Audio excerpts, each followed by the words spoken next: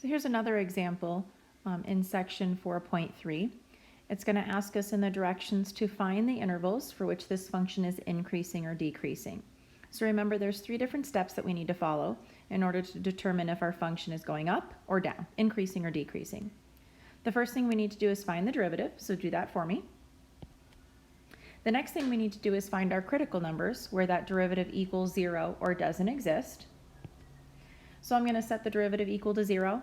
I'm going to factor, I'm going to solve, and I ended up getting 2 critical numbers, one at x equals 0 and one at x equals 3/2.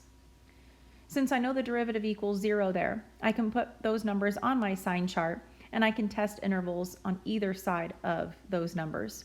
I'm going to test a number less than 0, I'm going to test a number in between 0 and 3/2, and I'm going to test a number greater than 3/2. Remember, we're testing them in the derivative because I want to know if the derivative is positive or negative to help me determine if my function is increasing or decreasing. So please test a number less than 0, test a number in between 0 and 3/2, and test a number greater than 3/2. It shouldn't matter which numbers you test, we should still get the same value, sign value anyway, positive or negative.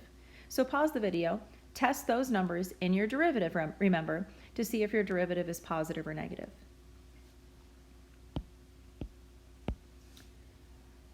When I tested values in my derivative, I got negative, negative, and positive. Did you?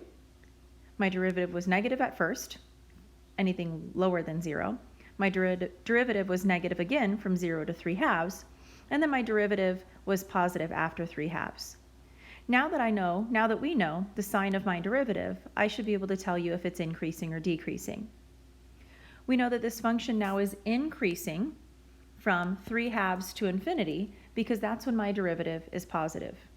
I know that this function is decreasing from negative infinity to 0, and then again from 0 to 3/2 because my derivative is negative. Do you notice how I separated it into 2 different intervals? Because what's happening in my function at exactly x equals 0? Well, my derivative is 0, right? That's how we got it in the first place. And so my function decreases. It hits 0 for a second, and then it decreases again. So an example of the picture might look like something like this. It's going to decrease. It's going to horizontal off. I know that's not a word. Level off for a second, and then it's going to decrease again, and then it's going to increase. It's going to decrease until it hits x equals 0. It's going to stop for a second, be horizontal for a second. It's going to decrease again from 0 to 3/2, and then it's going to increase from then on out.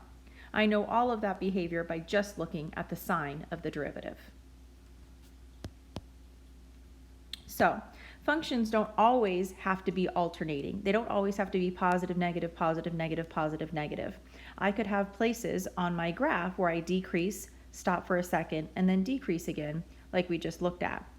Or maybe my function decreases the whole entire time. It's called a monotonic function, a function that always increases or always decreases. So just because I have a critical number doesn't mean I switch signs. So it's always